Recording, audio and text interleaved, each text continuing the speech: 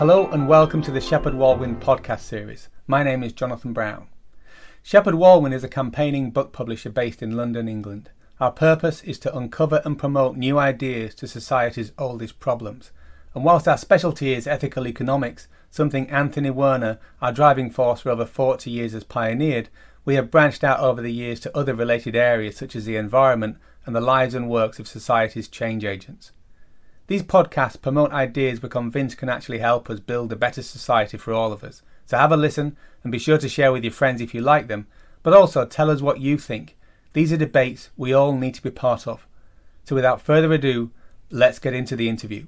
Ladies and gentlemen, welcome to the Shepheard-Walwyn podcast. I'm your host, Jonathan Brown. Today we're speaking with the editor of the soon-to-be re-released classic Land and Taxation, Professor Nick Tideman. He edited this book with the authors Vic Blundell, Fred Foldvary, Mason Gaffney and Fred Harrison. Now, Nick was raised in Chicago and San Francisco. He got his first degree in maths and economics at Reed College and a PhD from the University of Chicago.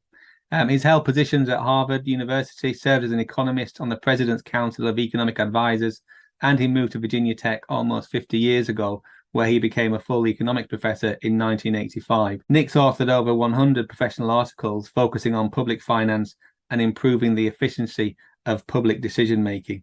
And in 2006, he wrote the book, Collective Decisions and Voting, The Potential for Public Choice. Welcome to the podcast, Nick.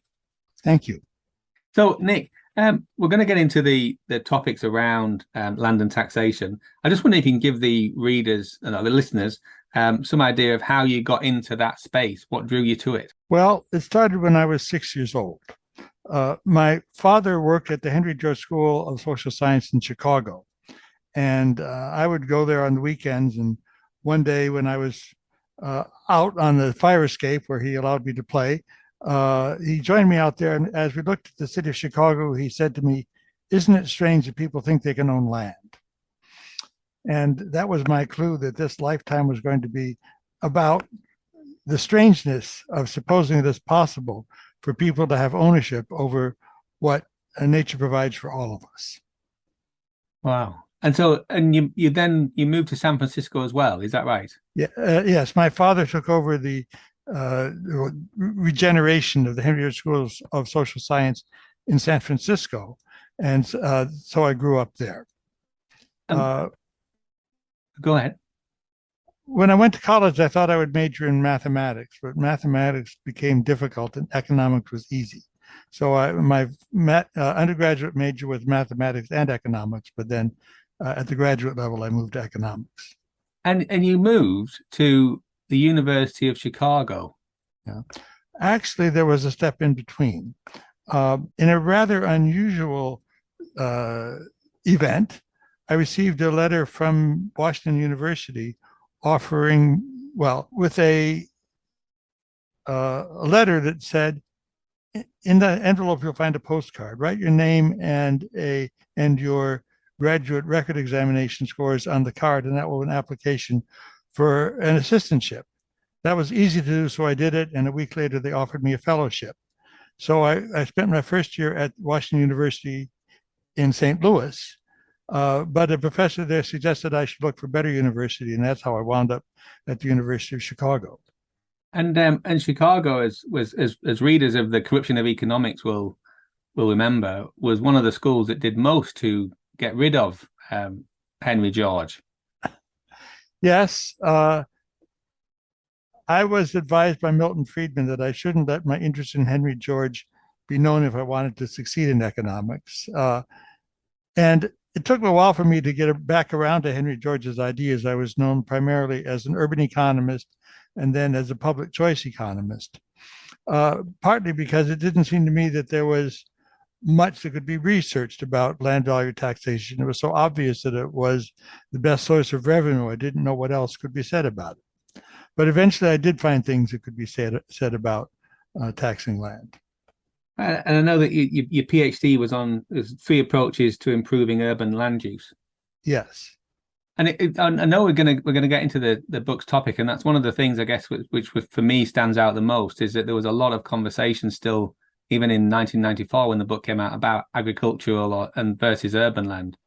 whereas urban land seems to be the place where the biggest value increases are. Yeah. Yes.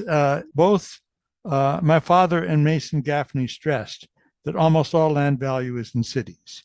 Mm. And that was part of my understanding from a very early age.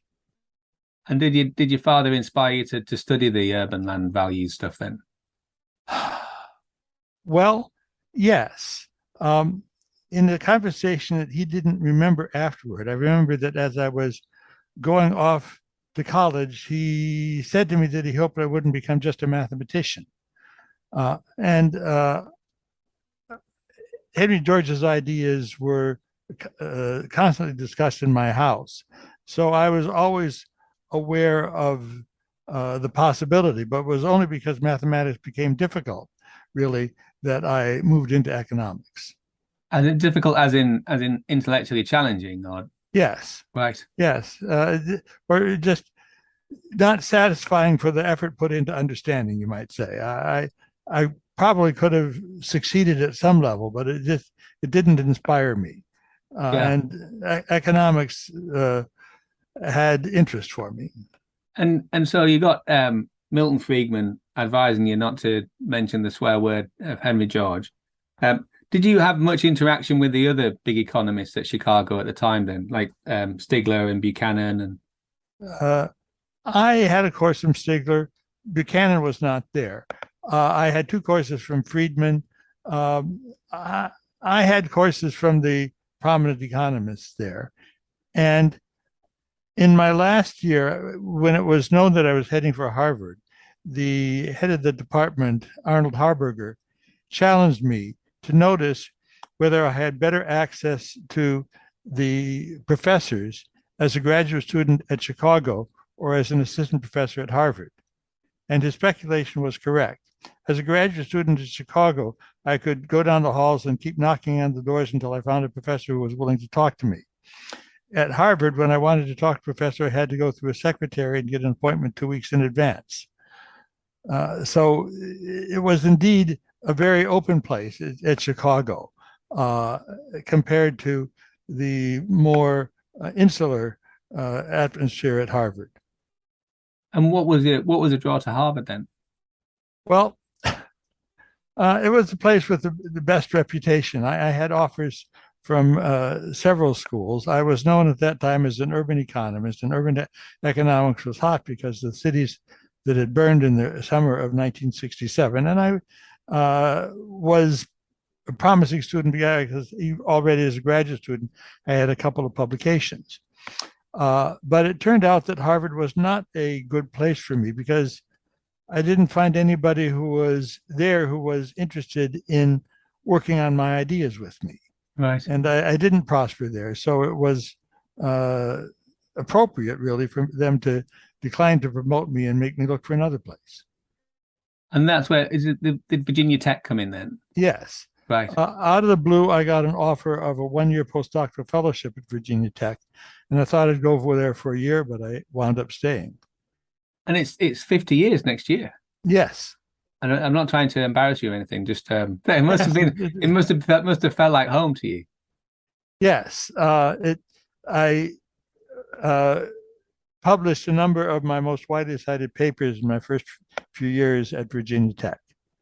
It just provided the environment and the colleagues who were just right for the development of my ideas. At that time, they were ideas in collective decisions and voting theory.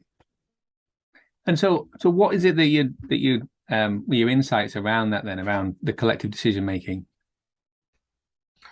Well, there is a great interest in this time in something that you call in England the alternative vote, AV, and in the United States is called instant runoff voting. And I think it's an important development, but it's not the best. The best voting idea is one associated with the Marquis de Condorcet, who proposed back in 1785 that the winner of election should be the candidate, when there is one, who can beat all the others head to head. And an important component of my research was to show that in the existing data, it looks like there is a Condorcet winner, a candidate who can beat all the others head to head, about 99.9% of the time. So, and you need some backup for the case where you have a voting cycle. And it doesn't matter much which of a number of different backup systems you use, because they would be used so rarely. And if you to moving from urban economics then to collective decision making and public finance, is that what made that link obvious for you? Well, a large part of my thinking has to do with the question of how we decide what the right thing to do is when we disagree among ourselves. And voting is one answer to that. And there's a sense in which the question of how to decide whether a proposed change in land use is a good thing is a variation on that theme. And the question of what's a good tax is also a question of what's the right thing to do when we disagree. So I'm just thinking now that that question. So if I heard you correctly, how to decide what to do when we disagree seems to be possibly the single most important question right now that certainly we've got, because we seem unable to do that in the UK. Yes. And from what I understand from the US, you seem to be having similar challenges. Yes. Another important component of my thinking is that we do well when we allow secession. So I was very pleased that the UK gave Scotland the opportunity to decide whether they wanted to secede. I think that it would be a good thing if they have another chance now that conditions have changed. The main barrier to secession, I think, is the economies of scale in defense. We don't want to break ourselves into components so small that we get taken over by aggressors. So that, to me, shows how important it is that we solve somehow the problem of war, so that we can get to a world in which we can have small communities in which people can agree and separate if they don't agree. And so I guess you would be in favor of a vote like we had in 2016 around Brexit. I'm not saying whether you'd be in favor of the decision or not, but just that we're able, that parties can have the right to leave if they choose. Yes. And so, because I hear there's talk in the US just around some of the actions in Texas, and there's people in Texas saying they want to secede, and similarly in Florida. Yes, and Idaho has been a center of secessionist thinking from time to time, and also the state of Vermont. My understanding is that when Vermont petitioned to join the Union, the first state to do so after the initial 13, they did so with a resolution that specified they could back out if they wanted to. But when Congress passed a resolution admitting Vermont, they passed it without that clause. So Vermont was admitted to the Union without agreement as to whether Vermont could remove itself or not. It's an interesting historical quirk.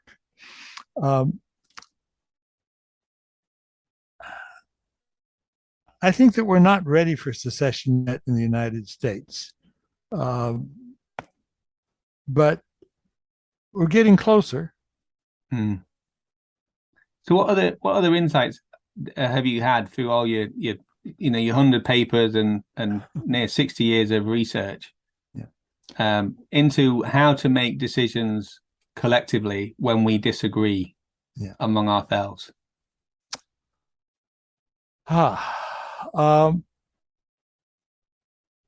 Well, in another direction, I have made some suggestions as to how you could have a better system of proportional representation. You may know that the single transferable vote is used in Ireland and various other places, and I have examined the limitations of single transferable vote and what might be done with fancy new computers to improve on them. But I've also been working on a theory of global economic justice that is inspired by the ideas of Henry George, but with a slight variation. I think that the first principle of global economic justice should be that we have equal rights to the earth. And we don't achieve that by dividing it up into equal portions, but rather by sharing the rent equally on a global basis. And the other essential principle of global economic justice is that people have rights to themselves. But one of the ways that people can use rights to themselves is by forming communities that limit what people can do within the community. And that is not a restriction on people's rights to themselves as long as they have adequate opportunities to leave. So I've come to decide to the conclusion that the essential meaning of a right to yourself is an adequate opportunity to leave the community that you are part of and join some other community or start your own. And societally, to leave your own community used to be a truly enormous thing to do, potentially catastrophic, right? Yes, but here in America, we are filled with people who made that decision. So it's perhaps more normal in this country than elsewhere. And can I ask you said there about equal rights to the earth, and we share the rent equally globally. So given that most, like the highest rents are going to be in the cities, which I guess are in the... Yes. I need to modify the statement to take account of that. There are three sources of rent as I see it. One is nature. Yeah. One is urban infrastructure, or infrastructure anyway. And the third is surrounding private development. And the part that needs to be shared globally is only the part due to nature. The part due to infrastructure should be used to pay for the infrastructure.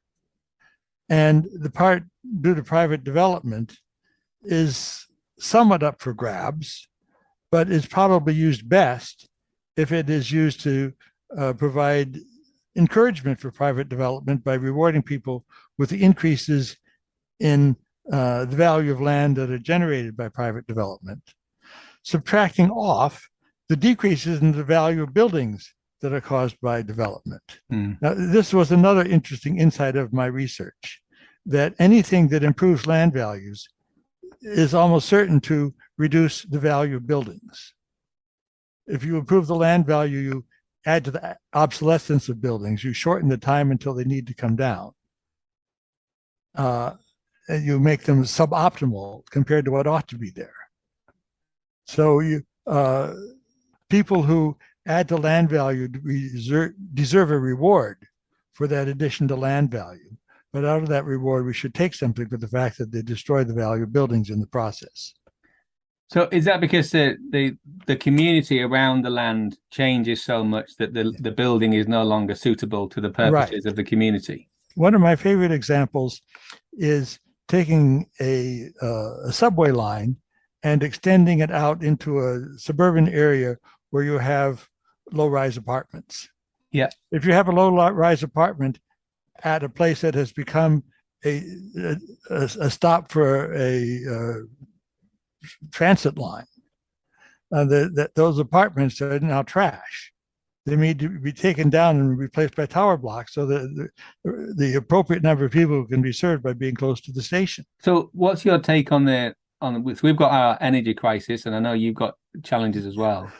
What's your take on how you could solve or improve the energy challenges that we've got, or the energy price challenges, whether we've got an energy challenge or a different one? Well,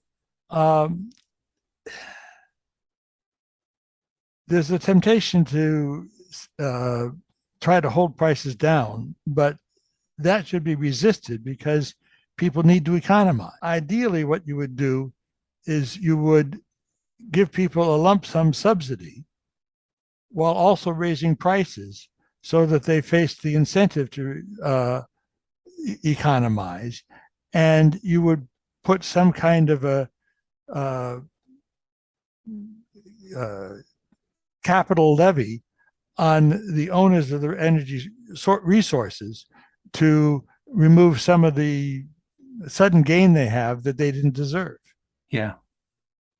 And in the UK, our prices have gone up more than any other country, Yes. which is strange because we're less reliant on Russian energy than anyone else. But we have this marginal pricing model for the energy companies, so they can charge us the highest for everything. They can charge us the highest from whatever the highest marginal price was. Yeah, well, that's efficient, but in order to achieve fairness, you need to have something in the way of lump sum compensation for people for the fact that they face these high prices. And the lump sum compensation should come from the owners of the energy resources who have these windfall profits. Got it. And I know I was reading that you worked for Paul McCracken when you were in the President's Council, and that was a time of high inflation because Nixon was still in charge then, wasn't he?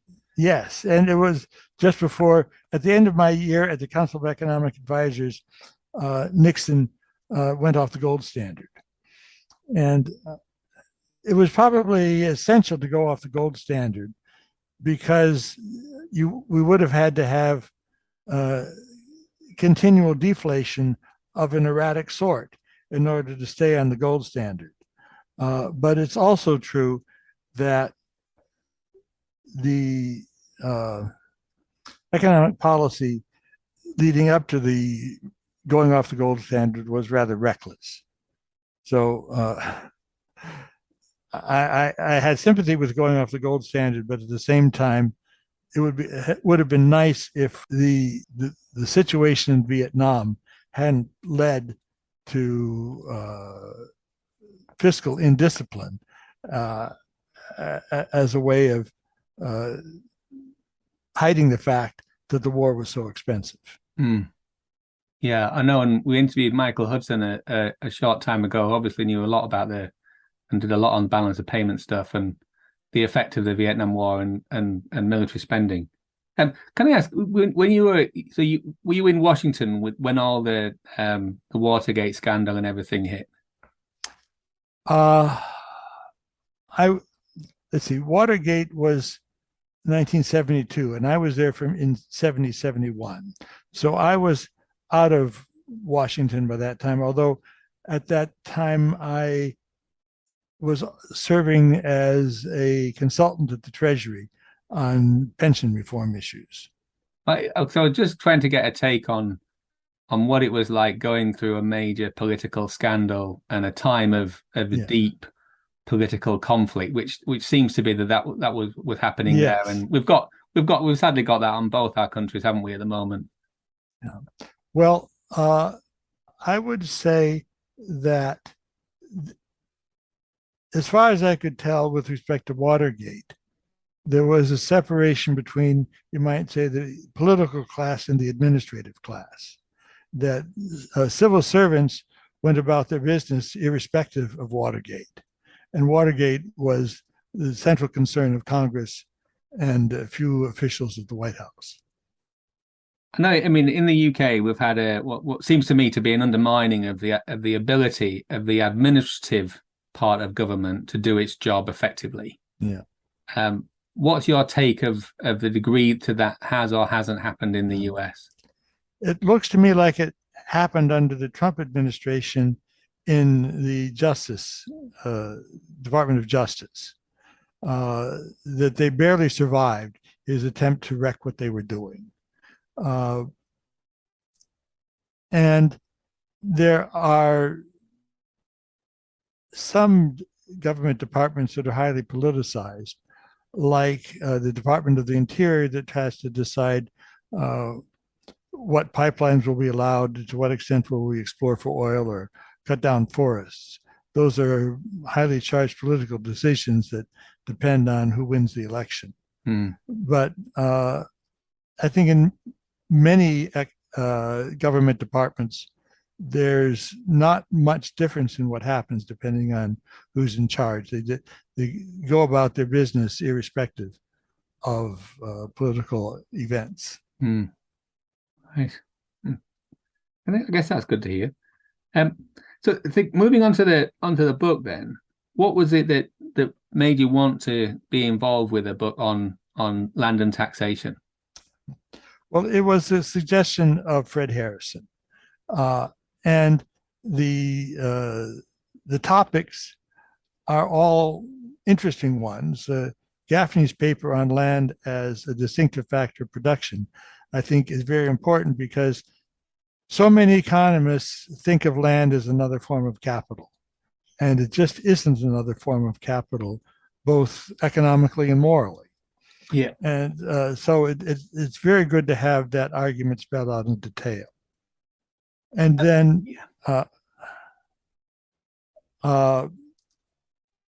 my paper is on the issue of when a tax on land is efficient and when it isn't. Some people treat taxes on this the capital gains on land or taxes on the realized rent of land as if they were equivalent to a tax on the rental value of land, and they're not equivalent. It's important to make the distinction between the taxes that are efficient and the ones that aren't, and I think that that's the central message of my paper. Mm. Then we have Fred Foldvary's paper, which makes the point that wages are going to be lower when land is not used efficiently. And one of the sources of land not being used efficiently is land speculation, which is promoted by not taxing land. So if you tax land, you reduce land speculation and thereby raise wages, in addition to collecting revenue that they then don't have to collect by a tax on wages. So this mechanism for raising wages by taxing land is important to understand. And then the last paper is by Vic Blundell on the disasters in the United Kingdom from making the government the monopoly owner of development rights. I think that housing prices in England are much higher than they need to be because development is so restricted. It's understandable that people should be unhappy about landowners making huge profits when they develop their land, but the cure to that is to tax land. It just doesn't work very well at all to wait for development until the government wants to do it. You have the difficulty that when land prices rise, this benefits everybody who already owns land, who tends to be older people, and it makes the acquisition of a house of one's own almost impossible for young people. But young people will never be the majority that can pass the legislation in their interest to tax the land and bring the price of land down to make the development happen, because people who already own their houses are unhappy with the prospect of having land prices fall. Mm. Yeah. Now, thinking about, I know Fred was the editor of the whole of the George's Paradigm books, wasn't he? Yes. And I know one of the things he says in the book is that the authors of this book are united by the vision of what could be achieved by an enlightened policy, fairness in the payments to the community, a heightened level of personal prosperity, and a liberation of the community of a kind that would constitute a social renaissance. Yes, I agree with that. And I know, one of the Fred things at the end of the book, he wrote an epilogue short chapter called Postscript on Neoclassicalism, Death Rattle of a Deadly Paradigm. It was sadly something that's still rattling today, isn't it, really? Yes. What level of optimism did you guys have when you wrote the book? How how successful did you expect yourselves to be? I don't think we ask that question. It's a calling. It's what we know we need to do, whether or not it succeeds. Right. No, brilliant. Yeah, because when I was reading it, this, in preparation for this conversation, it just seemed even more relevant today than it would have seemed to me in 1994-5 when the problems were obviously manifest but not quite as pronounced. This whole thing. I know you've written a bit about externalities.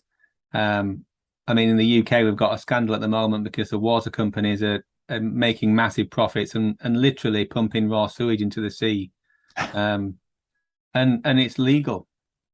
The extraordinary thing is that the Conservative government voted it in and said that was okay. And there's very little investment in new infrastructure, and just bills keep rising. And then we've got the energy crisis, which for me really is just a fabulous example of of monopoly power.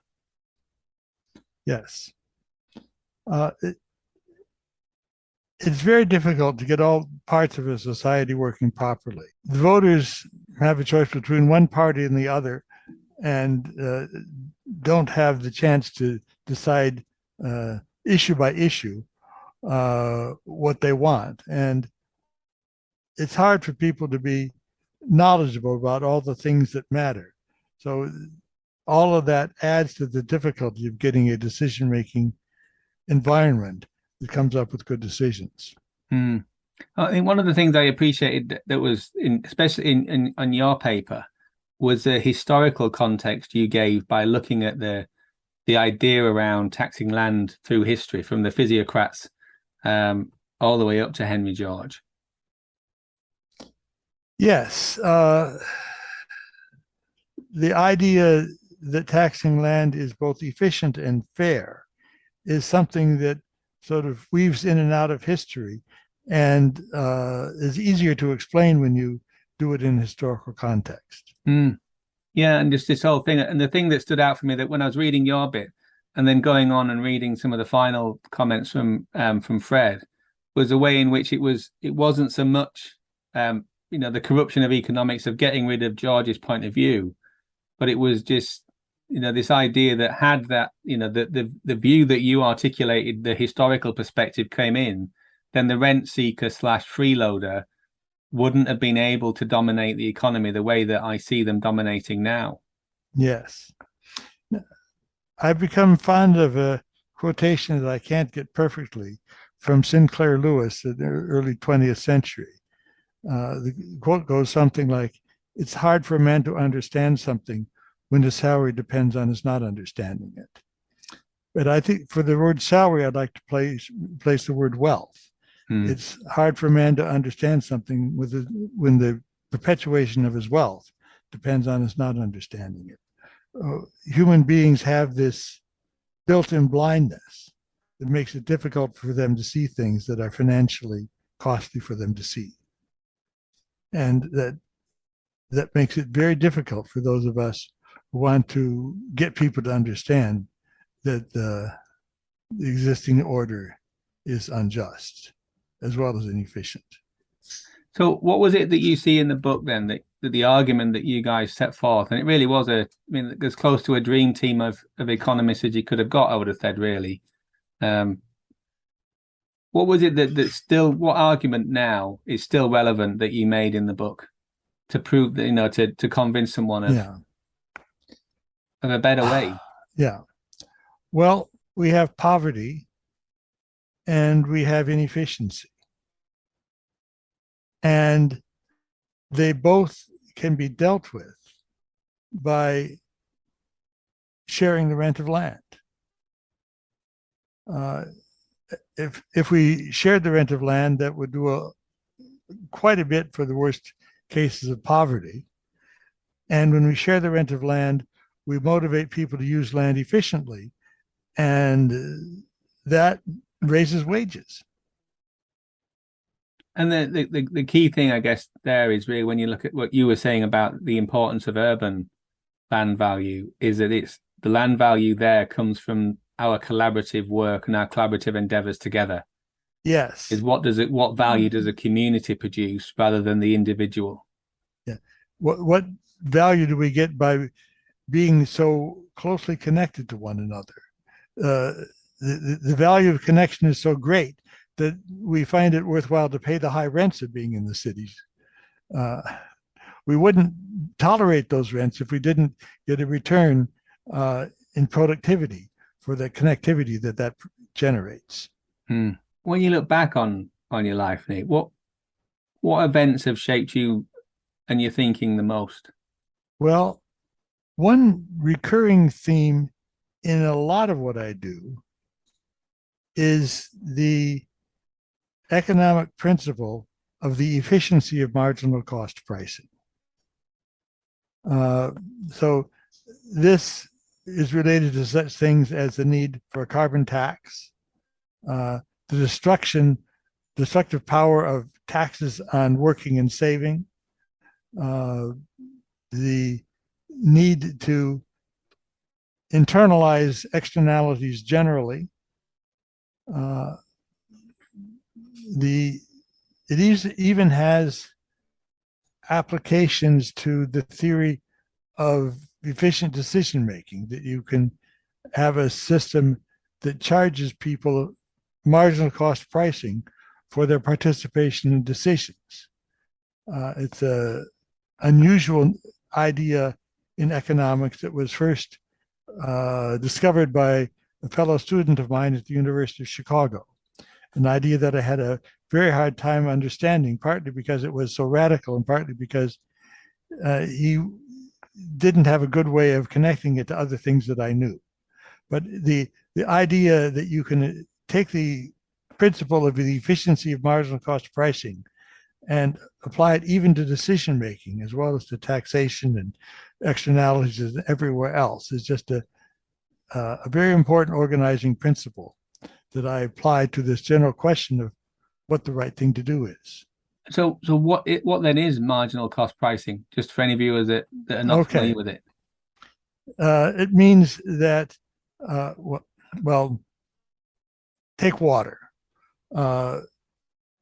It comes freely down from the skies, but in a limited quantity, and